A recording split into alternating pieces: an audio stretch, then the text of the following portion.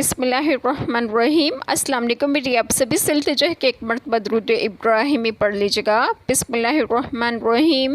اللہم صلی علی محمد وعلی آل محمد کما صلیت علی ابراہیم وعلی آل ابراہیم انک حمید مجید۔ اللہم بارک علی محمد وعلی آل محمد کما بارکت علی ابراہیم وعلی آل ابراہیم انک حمید مجید۔ بسم اللہ الرحمن الرحیم۔ میں نے ان سے نہ کہا مگر وہی جو مجھے تو نے حکم دیا تھا کہ اللہ کو پوجو، جو میرا بھی رب اور تمہارا بھی رب، اور میں ان پر مطلع تھا جب تک میں ان میں رہا۔ پھر جب تو نے مجھے اٹھا لیا تو ہی ان پر نگاہ رکھتا تھا، اور ہر چیز تیرے سامنے حاضر ہے۔ بسم اللہ الرحمن الرحیم۔ آج جو بات میں آپ لوگوں سے ڈسکس کروں گی وہ یہ ہے کہ اس آیت کریمہ میں ہے کہ میں نے ان سے کہا تھا مگر وہی جو مجھے تو نے حکم دیا تھا کہ اللہ تعالیٰ کو پوجو، جو میرا بھی رب ہے اور تمہارا بھی رب ہے، اور میں ان پر مطلع تھا جب تک میں ان میں رہا۔ پھر جب تو نے مجھے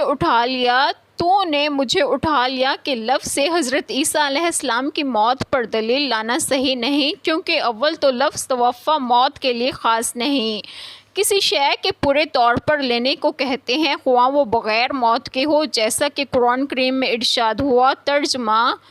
اللہ جانوں کو وفات دیتا ہے ان کی موت کے وقت، اور جو نہ مرے انہیں ان کے سوئے میں۔ دوم، جب یہ سوال و جواب روز قیامت کا ہے تو اگر لفظ توفیٰ موت کے معنی میں بھی فرض کر لیا جائے، جب بھی حضرت عیسیٰ علیہ السلام کی موت قبل نزول اس سے ثابت نہ ہو سکے گی تو ہی ان پر نگاہ رکھتا تھا، اور ہر چیز تیرے سامنے حاضر ہے، اور میرا ان کا کسی کا حال تجھ سے پوشیدہ نہیں ہے۔ اس آیت کریمہ میں یہ بھی ہے کہ حضرت عیسیٰ علیہ السلام نے ان سے کہا کہ صرف اللہ تعالیٰ ہی کی عبادت کرو، جو میرا اور تمہارا سب کا رب ہے۔ اس آیت کریمہ سے بعض لوگ استدلال کرتے ہیں کہ حضرت عیسیٰ علیہ السلام فوت ہو چکے ہیں، یہ نہیں وہ دیکھتے کہ حضرت عیسیٰ علیہ السلام یہ بیان قیامت کے دن دیں گے جب وہ زمین پر آنے کے بعد اپنی عمر پوری کر کے فوت ہو چکے ہوں گے۔ اگر اصرار کیا جائے کہ تو نے مجھے اٹھا لیا سے مراد پہلا وقت ہے جب انہیں آسمان پر اٹھایا گیا تھا، تو معلوم ہونا چاہیے کہ لفظ وفات قرآن پاک میں 3 معنی میں آیا ہے۔ ایک موت، جیسے ترجمہ اللہ جانوں کو ان کی موت کے وقت قبض کرتا ہے، دوسرے نیند جیسے ترجمہ اور وہی ہے جو تمہیں رات کو قبض کر لیتا ہے، تیسرا جسم سمیت اٹھا کر لے جانا جیسے یہاں ہے، اور سورۃ آل عمران آیت کریمہ 55 اور سورۃ نساء آیت کریمہ 158 میں موجود ہے۔ اور میں ان پر گواہ تھا جب تک ان میں رہا، پھر تو نے مجھے اٹھا لیا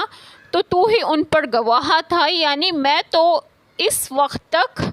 کہ ان کے ظاہری اعمال کی شہادت دے سکتا ہوں جب تک میں ان میں موجود تھا۔ جب تو نے مجھے اٹھا لیا تو پھر تو ہی ان پر نگران تھا،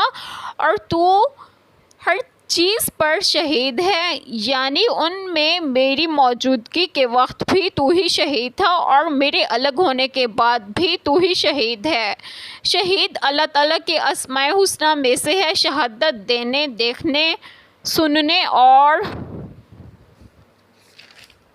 جاننے کے معنی میں بھی ہو سکتی ہے، اور کلام کے ساتھ شہادت دینے کے معنی میں بھی، جیسا کہ عبداللہ بن عباس رضی اللہ عنہما بیان کرتے ہیں کہ رسول اللہ صلی اللہ علیہ وسلم نے فرمایا، قیامت کے دن میری امت کے کچھ آدمیوں کو لایا جائے گا تو انہیں بائیں طرف کر دیا جائے گا، میں کہوں گا یہ تو میرے ساتھی تھے، تو کہا جائے گا تو نہیں جانتا کہ انہوں نے تیرے بعد کیا نیا کام شروع کر دیا تھا، تب میں بھی اسی طرح کہوں گا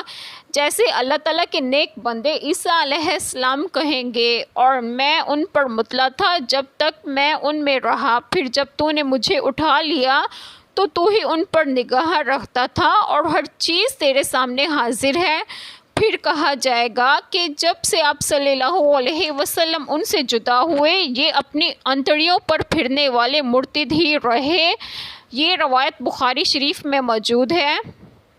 ایک چھوٹی سی دعا جو میں کروں گی کہ اللہ تعالی ہم سب کے تمام گناہوں کو معاف فرمائے اور ہمیں صراط مستقیم کی راہ پر گامزن کریں، اور آپ سب کی تمام جائز دعائیں قبول فرمائے، اور جو لوگ بے اولاد ہیں انہیں ایک اور صالحین اولاد عطا فرمائے، اور جو لوگ بیمار ہیں انہیں بھی صحت و تندرستگی عطا فرمائے، اور آپ سب کو آپ کے گھروں میں خوش و خرم رکھیں اور صحت و تندرستگی بھی دیں۔ آمین، جزاک اللہ خیر۔